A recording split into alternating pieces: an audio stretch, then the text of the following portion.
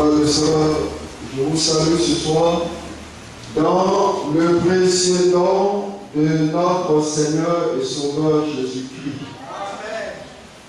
Nous sommes heureux d'être ce soir à nouveau dans la présence de Dieu afin de recevoir sa parole. Et dans la parole de Dieu, nous le savons très bien, il y a la vie. Lorsque vous recevez la parole de Dieu, alors vous recevez la vie.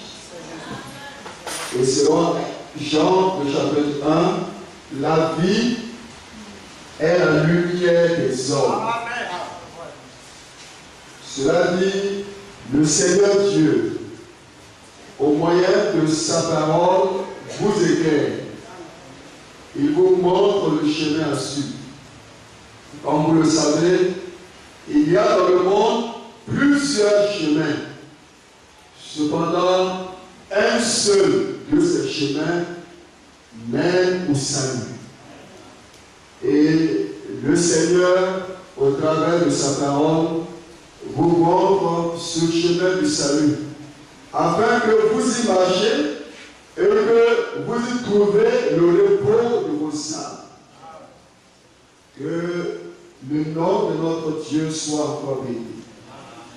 Ce soir, je voudrais partager avec vous ce petit sujet dans Romains, le chapitre 8. Romains, le chapitre 8, le verset 1, du verset 1 au verset 10. Romains, chapitre 8, nous commençons par le verset 1. Il n'y a donc maintenant aucune condamnation pour ceux qui sont en Jésus-Christ. En effet, la loi de l'esprit de vie en Jésus-Christ m'a affranchi de la loi du péché et de la mort. Car chose impossible à la loi, parce que la chair la rendait sans force. Dieu a condamné le péché dans la chair en envoyant à cause du péché son propre Fils dans une chair semblable à celle du péché. Et cela afin que la justice de la loi soit accomplie en nous, qui marchons non selon la chair, mais selon l'esprit. Ceux, en effet, qui vivent selon la chair s'aperçoivent aux choses de la chair, tandis que ceux qui vivent selon l'esprit s'aperçoivent aux choses de l'esprit. Et l'aversion de la chair, c'est la mort, tandis que l'aversion de l'esprit, c'est la vie et la paix. Car l'aversion de la chair est inimitié contre Dieu, parce qu'elle ne se soumet pas à la loi de Dieu, et qu'elle ne le peut même pas. Or, ceux qui vivent selon la chair ne seraient prêts à Dieu. Pour vous, vous vivez pas selon la chair, mais selon l'esprit. Si du moins l'esprit de Dieu habite en vous. Si quelqu'un n'a pas l'esprit de Christ, il ne lui appartient pas. Et si Christ est en vous, le corps, il est vrai, est mort à cause du péché, mais l'esprit est vie à cause de la justice. Amen. Et si l'esprit de celui qui a ressuscité Jésus d'entre les morts habite en vous, celui qui a ressuscité Christ d'entre les morts rendra aussi la vie à vos corps mortels par son esprit qui habite en vous. Amen. Nous nous sommes arrêtés au verset 11. Nous allons voir donc ce sujet que j'ai intitulé Vivre selon Dieu. Vivre selon Dieu. Et ce que vous devez premièrement comprendre, c'est que Dieu a un plan de salut. Et si vous êtes en Christ, vous êtes dans le plan de Dieu. Et Paul nous dit ici ce que Dieu a fait pour nous en Christ. Car Dieu lui-même s'est révélé en Christ. Et au moyen de Christ, Dieu nous a libérés du péché et de la mort. Dieu le Seigneur nous a libérés, nous a affranchis du pouvoir du péché et de la mort. Bien-aimé, toute votre vie, vous étiez dans la servitude. Vous avez entendu parler de l'esclavage des Noirs ou encore de la traite négrière.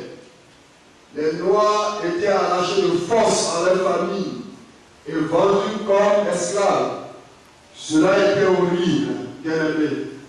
Mais sachez-le, qu'il n'existe pas de servitude plus horrible que la servitude dans le péché. La servitude ou l'esclavage dans le péché est encore plus horrible que tous les esclavages que vous pouvez connaître. Bien-aimé, oui, l'horreur de la servitude dans le péché se voit chaque jour si vous vous donnez la peine de regarder.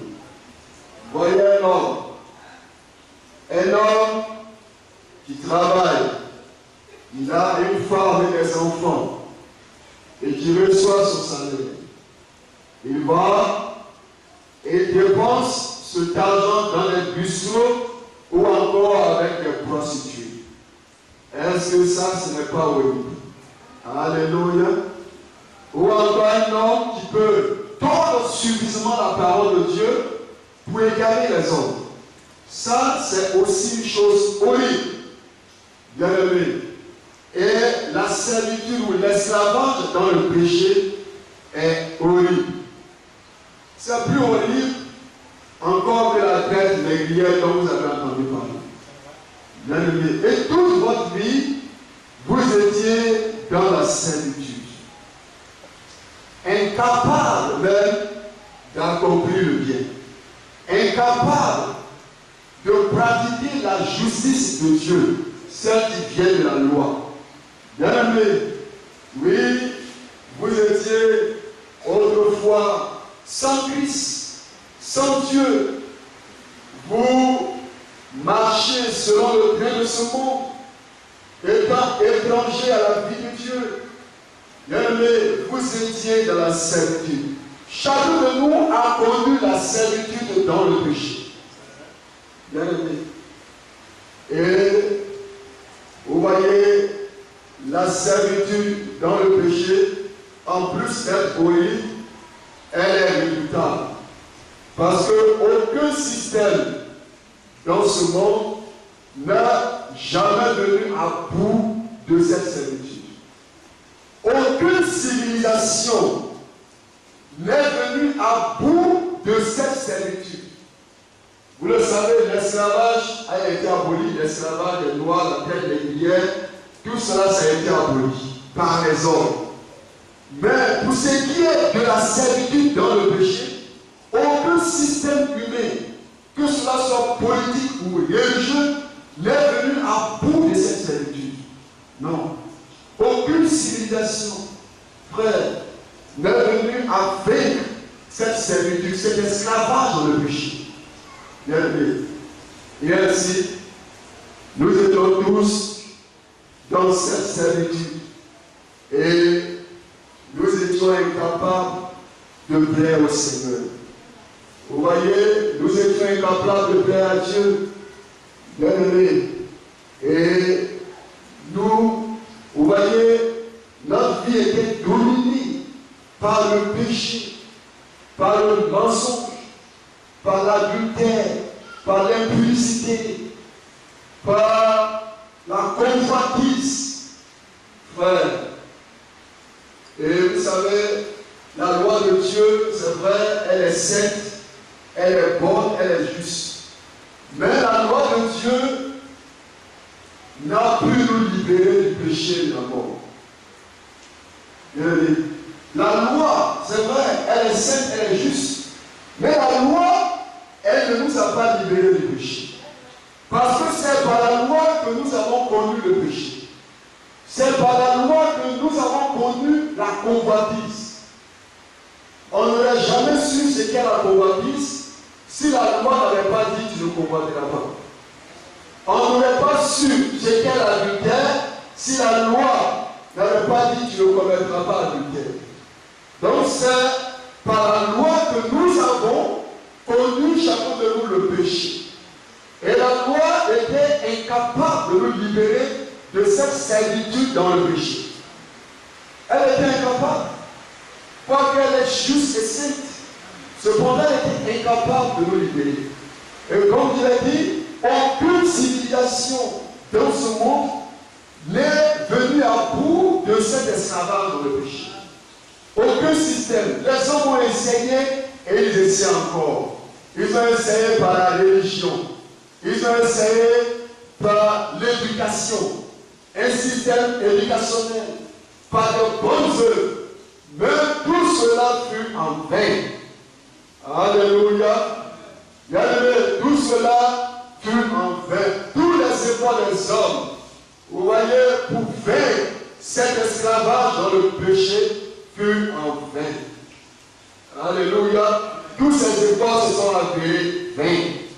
Frère, alors, qu'est-ce qui s'est passé? Paul le dit ici. Dieu a condamné le péché dans la chair de son Fils. Frère, je vais lire cela. Paul le dit ici. Il dit que, au verset, le chapitre 8, Dieu a condamné le péché dans la chair en envoyant à cause du péché son propre Fils dans une chair semblable à celle du péché. Dieu a envoyé son propre Fils dans une chair semblable à celle du péché. Bien-aimé, les catholiques et les protestants disent que le mystère de la piété, c'est le Fils de Dieu, c'est que le Fils de Dieu est devenu homme. Bien-aimé, ce n'est pas là ce que disent les Écritures. Les Écritures nous disent, sans contredire le mystère de la piété est grand, Dieu a été manifesté en chair. Bien-aimé. Et donc, qui est le Fils de Dieu? Le Fils de Dieu, c'est Dieu manifesté dans la chair. Dieu est devenu semblable aux hommes. Jean 4, 24 nous dit que Dieu est esprit. Et en tant qu'esprit, il ne pouvait pas mourir. C'est pourquoi Dieu a pris un corps de chair afin de souffrir la mort pour tous. Bien-aimé. Et ainsi, quand Jésus, le Fils de Dieu, mourut sur la croix du calvaire, nous avons été réconciliés avec Dieu. Nos péchés ont été pardonnés. Alléluia. Nous avons été rétablis dans notre condition originale de fils et de filles de Dieu. Et nous avons reçu la vie éternelle. Bien-aimé, la seule chose qui reste maintenant à être réalisée, c'est la rédemption de notre corps. Alléluia. La rédemption de notre corps. Bien-aimé, et cela va se réaliser lors du retour de notre Seigneur Jésus-Christ. Ce corps mortel que vous voyez revêtira l'immortalité, nous dit la Bible. Bien-aimé, oui, Dieu lui-même fut manifesté dans un corps de chair. Et il a donné sa vie, il a versé son sang pour vous. Alléluia. Dieu lui-même a payé le prix pour vous, afin que vous soyez libres. Bien-aimé, payez-le. Vous êtes libres. Alléluia. Jésus-Christ, le Fils de Dieu, a dit, si le Fils vous a franchi, vous serez réellement libres. Bien-aimé, sur le fondement de sa promesse, alors revendiquez ce soir votre liberté. Satan, le diable, n'a plus aucun droit sur vous. Alléluia. Satan n'a plus aucun droit sur les fils et les filles de Dieu. Parce que Dieu lui-même a payé le prix pour vous. Il a donné sa sa vie et il a versé son propre sang. Il a payé le prix. Alléluia. Alors Satan n'a plus aucun droit sur vous. Bien-aimé, Jésus, le Fils de Dieu, a dit, si le Fils vous a franchi, vous serez réellement libre. Oh, sur le fondement de sa promesse infaillible, ce soir, revendiquez votre liberté. Alléluia. Oui, recevez-le, croyez-le, recevez votre liberté. C'est pour vous. Alléluia. Cela vous appartient. Parce que Dieu a payé le prix. Il a payé le prix pour vous. Alléluia. Alors vous n'êtes plus dans la servitude. Vous n'êtes plus dans la servitude du péché. Vous êtes réellement libre. Croyez-le, cela vous appartient, frère. Oh, le Fils de Dieu, au commencement de son ministère terrestre, là-bas à Nazareth, dans la synagogue, on lui a remis le livre du prophète Isaïe. Après l'avoir déployé, il lut à l'endroit où il est écrit, l'Esprit du Seigneur est sur moi, parce qu'il m'a oint pour annoncer la bonne nouvelle aux pauvres, pour ouvrir les yeux des aveugles, pour rendre libres les captifs, pour guérir ceux qui ont le cœur brisé. Alléluia. Et il a dit en présence des Juifs, aujourd'hui cette écriture est accomplie. Alléluia. Bien-aimé, en disant cela, Jésus-Christ a déclaré devant les Juifs qu'il était le Messie. Parce que cette écriture se rapportait au Messie. Cette écriture ne s'est pas accomplie avec un prophète. Elle ne s'est pas accomplie avec Malachie, ni avec Jean-Baptiste, le précurseur de la première venue de Christ. Non. Cette écriture s'est accomplie avec notre Seigneur Jésus-Christ. Il est le Messie oint. Et il est celui qui a introduit le jour de salut et de grâce. C'est le plus grand jour dans toute l'histoire du salut. Bien-aimé, l'année de grâce et de salut. Ou encore l'année du jubilé. Alléluia. Nous sommes dans l'année du jubilé.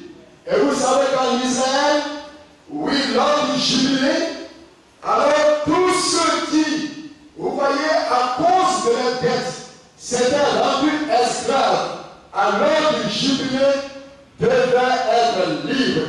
Alléluia. Bien-aimé, et c'est ainsi, notre Seigneur Jésus-Christ a publié l'année de grâce, l'année du jubilé. Alors, frères et sœurs, vous tous qui, à cause de la dette de mon péché, êtes devenus esclaves, vous êtes maintenant libres. Et vous pouvez retourner dans votre propriété originelle. Alléluia. Oui, la chauffard de Dieu, la trompette de Dieu, oui, a retenti. L'évangile du plein salut est prêché. Alléluia. Tous ceux qui sont liés peuvent expérimenter la délivrance. Tous ceux qui sont sous l'oppression du diable, vous voyez, peuvent expérimenter l'affranchissement. Bien-aimé, oui, la chauffard de Dieu a retenti. C'est l'année de grâce dont le Seigneur nous a fait don. Alléluia. L'année de grâce ou encore l'année du jubilé. C'est le plus grand jour dans toute l'histoire du salut. Bien-aimé, vous êtes réellement libres. Oh, bien-aimé, Satan n'a donc plus aucun pouvoir, aucun droit sur vous. Non. Bien-aimé, c'est vrai. Vous savez que notre Seigneur Jésus-Christ a pu obéir à la loi. Lui seul a pu obéir à toute la loi. Vous voyez, nous les hommes, nous sommes tous des pécheurs. Nous avons tous failli. Ouais. Nous sommes tous des pécheurs. Seul Jésus-Christ, le Fils de Dieu, a pu obéir à toute la loi de Dieu. Bien aimé. Et ainsi ainsi, il a pu nous libérer du péché et de la mort. Et il nous a signé, après nous avoir libérés, le Seigneur nous a signé du Saint-Esprit qui a été promis. Vous portez le sang de Dieu. Alléluia. Bien ainsi, vous ne vous appartenez plus à vous-même, mais vous appartenez au Seigneur. Votre vie appartient au Seigneur. Vous avez été scellés du Saint-Esprit qui a été promis. Vous portez le sang de Dieu sur vous. Ainsi, vous ne vous appartenez plus à vous-même, frère, mais vous appartenez au Seigneur. Alléluia. Voyez ce que dit Paul au sujet de l'Esprit de Dieu. Paul, au sujet de l'Esprit de Dieu, l'Esprit de Dieu est un sceau, c'est le sceau de Dieu. Et Paul dit dans ce chapitre que l'Esprit de Dieu est l'Esprit de vie. Donc dans ce chapitre, l'Esprit de Dieu est appelé encore l'Esprit de vie. Alléluia. Le Saint-Esprit est l'Esprit de vie. Il vous donne la vie au moyen de sa parole. C'est pourquoi lorsque vous recevez la parole de Dieu, c'est la vie de Dieu que vous recevez. Alléluia. L'Esprit vous donne la vie au moyen de la parole de Dieu. Le Saint-Esprit est appelé l'Esprit de vie. Le Saint-Esprit est aussi appelé Christ. Alléluia. Christ. Alors, nous comprenons donc que le Saint-Esprit n'est pas la troisième personne de la Trinité. Le Saint-Esprit n'est pas la troisième personne de la Trinité. Ici, le Saint-Esprit est appelé Esprit de Dieu, Esprit de vie, et est appelé encore Christ. Par ici, Christ habite en vous. Alléluia. Alors le Saint-Esprit, c'est tout simplement notre Seigneur Jésus-Christ. Alléluia. Bien-aimé, il y a un seul Dieu qui est Père de tous. Dieu est Père de tous.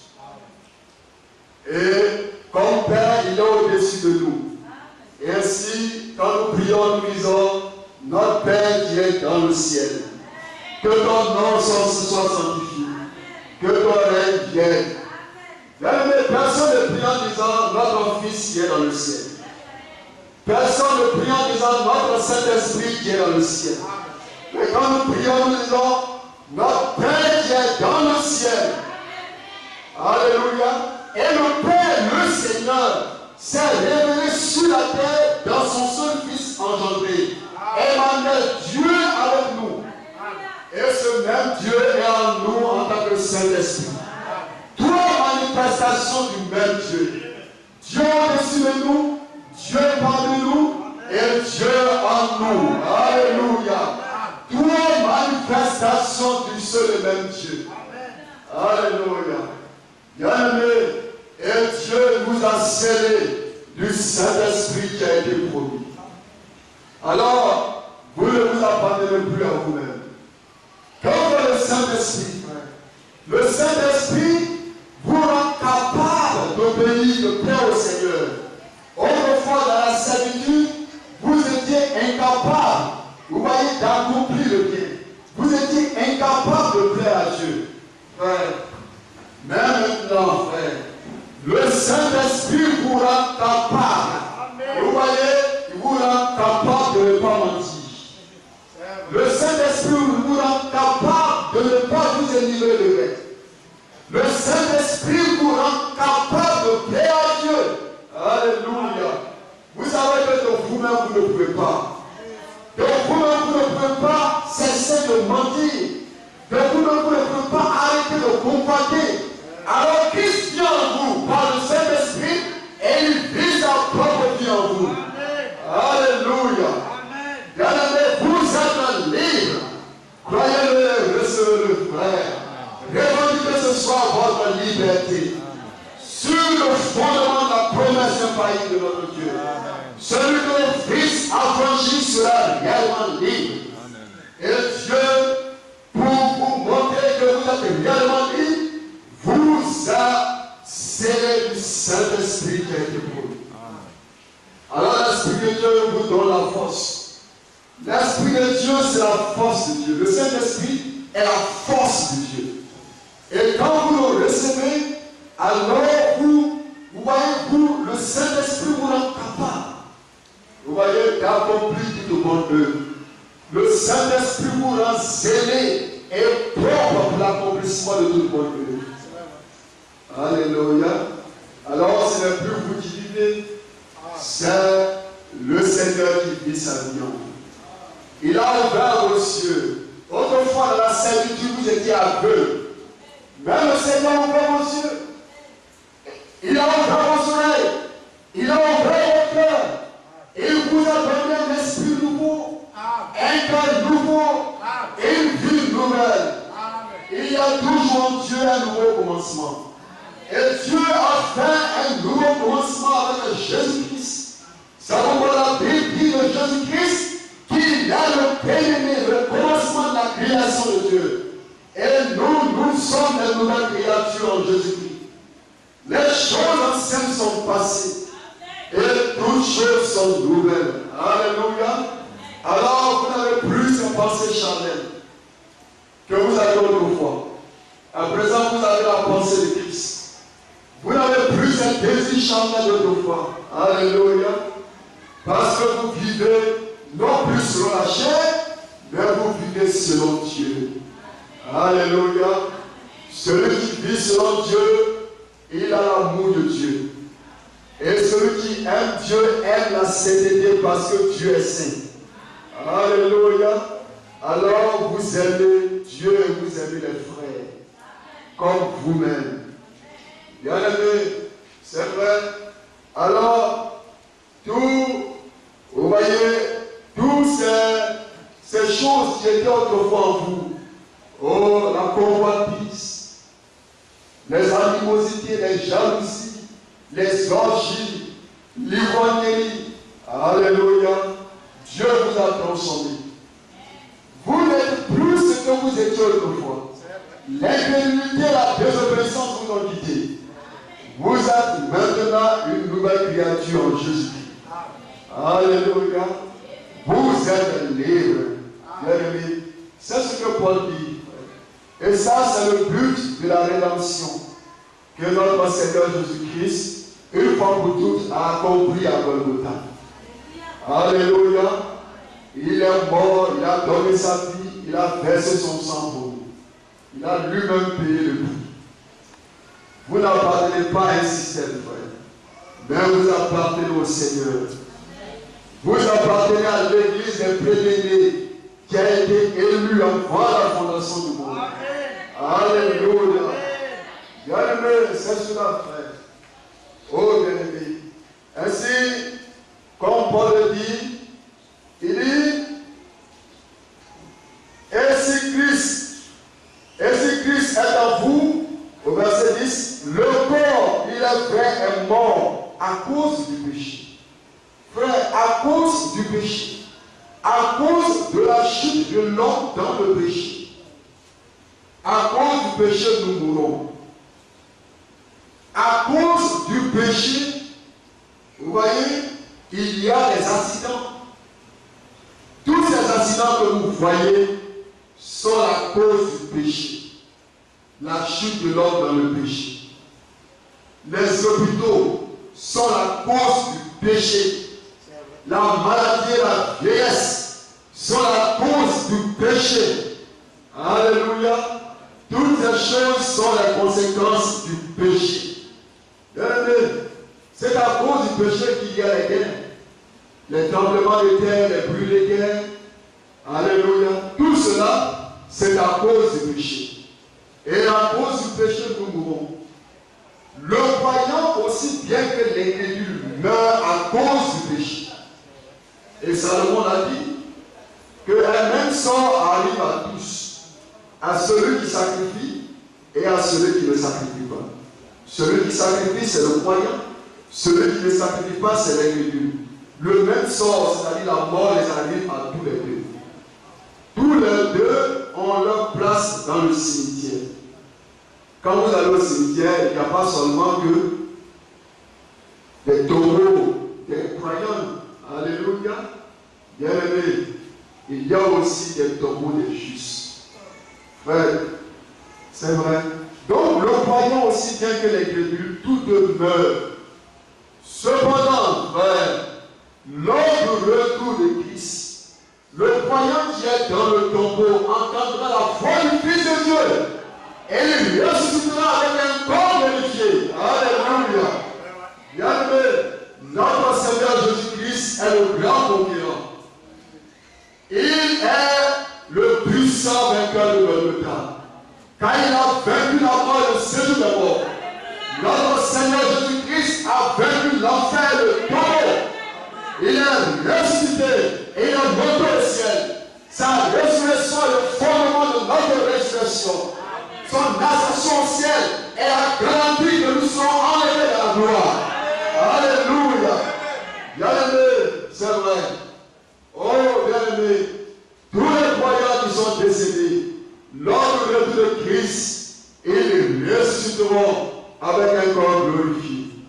Bien-aimé, c'est juste. Et c'est ce que Paul dit ici. Il dit, si l'esprit de celui qui a ressuscité Jésus d'entre les morts habite en vous, celui qui a ressuscité Christ d'entre les morts rendra aussi la vie à vos corps mortels par son esprit qui habite en vous. Est-ce que l'esprit de Dieu habite en vous ce soir? Alléluia. L'esprit de Dieu est un esprit d'adoption. Ce n'est pas un esprit de servitude. L'esprit de Satan est un esprit de servitude. C'est pourquoi celui qui a cet esprit, qui est possédé de l'esprit du diable, il est dans la servitude. Dans la servitude du péché. Alléluia. Bien-aimé. Mais vous voyez, vous n'êtes pas dans la servitude parce que vous avez été affranchis. Vous n'êtes plus des esclaves.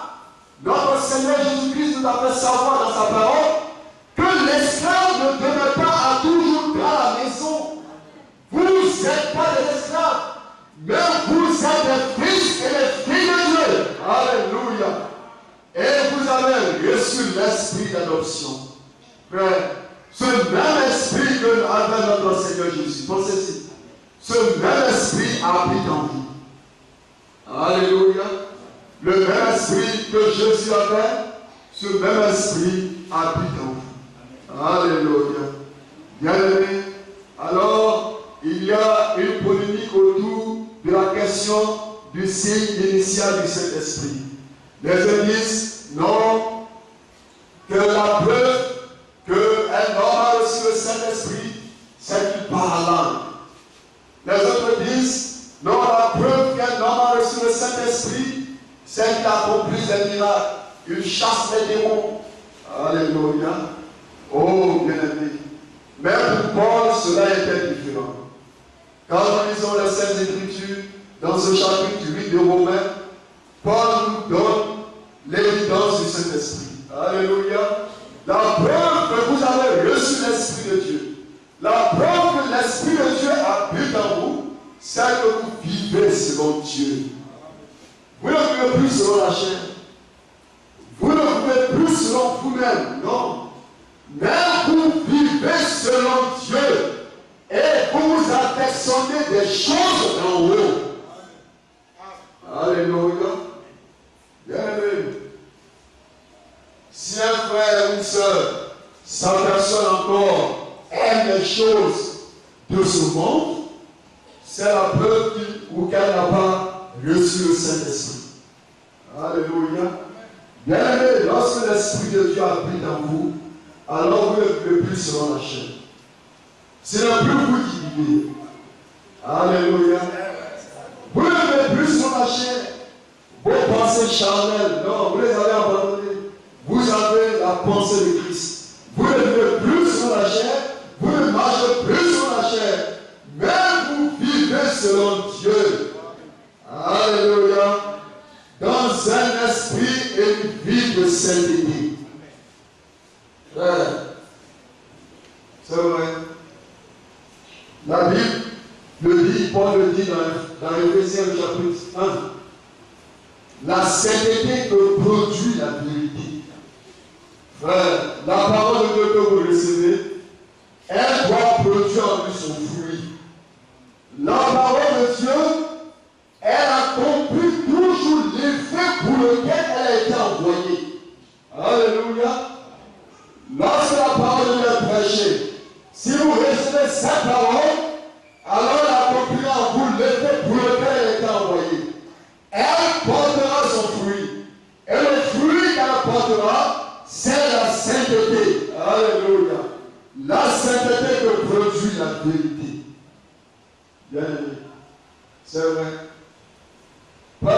une sainteté, vous voyez, une sainteté artificielle. C'est ce qu'il n'y aura pas aujourd'hui. Vous voyez, le carême. Le carême tel que les gens se le donnent aujourd'hui. Ils essaient tout simplement de fabriquer une sainteté. Alléluia. Comment un homme peut dire être saint alors qu'il rejette le saint? Alléluia. Comment pouvez-vous attirer votre soif alors que vous rejetez de l'eau? Vous voyez, c'est incompréhensible. Celui qui sanctifie, c'est notre Dieu, le Seigneur Jésus-Christ. Et il vous sanctifie au moyen de sa parole. Alléluia. Bien-aimé, c'est vrai. Ainsi, vous ne vivez plus selon la chair. Vous ne vivez plus selon vous-même, frère.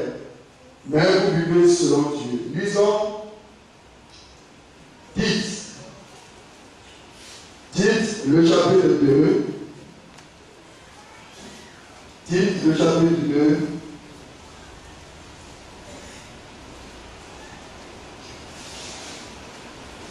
Le verset 13 à 14. On va le lire au verset 11. Car la grâce de Dieu, source de salut pour tous les hommes, a été manifestée.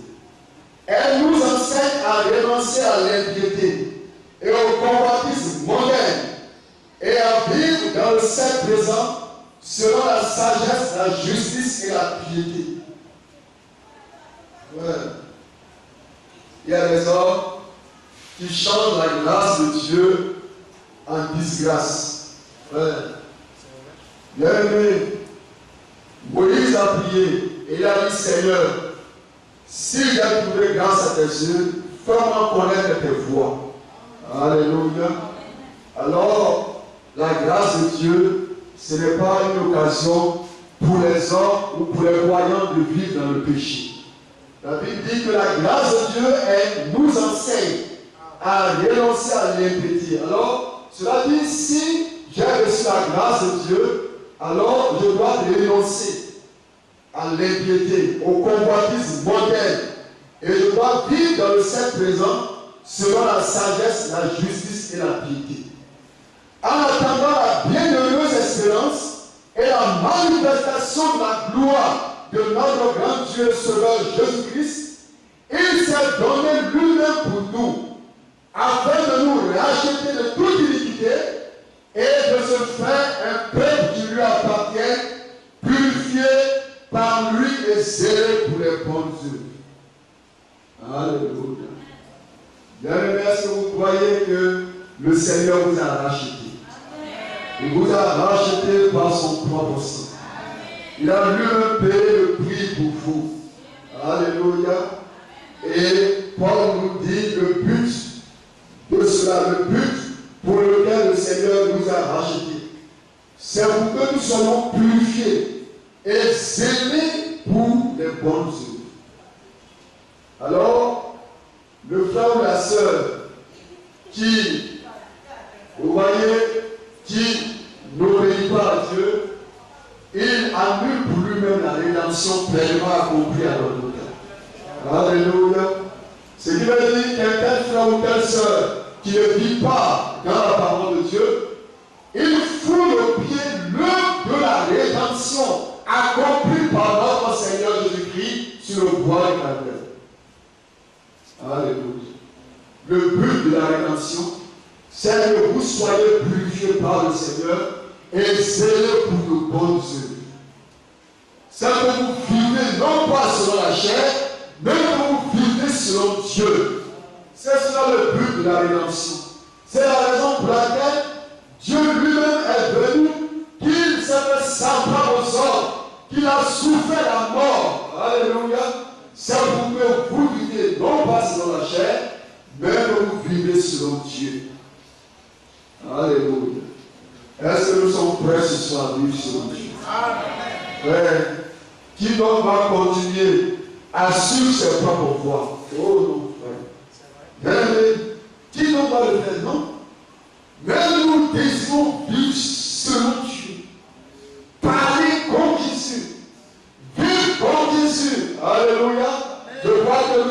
aussi ce cantique. Vivre comme Jésus, lui le souverain. Parler comme Jésus, lui le souverain. Est-ce que vous croyez que cela est possible? Oui, cela est possible, frère. Alléluia. Cela est possible, frère. C'est vrai, cela est possible. Autrefois, cela n'était pas possible. Parce que nous étions dans la servitude du péché. Alléluia. Nous étions sans poste. Et donc incapables de vivre la parole de Dieu. Mais le Seigneur lui est venu et il a payé le prix. Et ainsi il nous a rendus libres. Il a brisé le chaîne, il a ouvert nos yeux, il a ouvert nos oreilles et il a ouvert notre cœur. Alléluia. Bien-aimé. Et il nous a scellé le Saint-Esprit qui a été promis. Et l'Esprit de Dieu est la force de Dieu. Et lorsque l'Esprit de Dieu habite en vous, alors il vous rend capable de vivre la parole. Ce n'est plus vous qui vivez, frère. Mais c'est Christ qui vit sa vie en vous. Alléluia. Vive selon Dieu. Cela est possible. Alléluia. Oui, cela est possible. Est-ce que nous le croyons tous? Cela est possible, frère. Que le nom du Seigneur soit béni.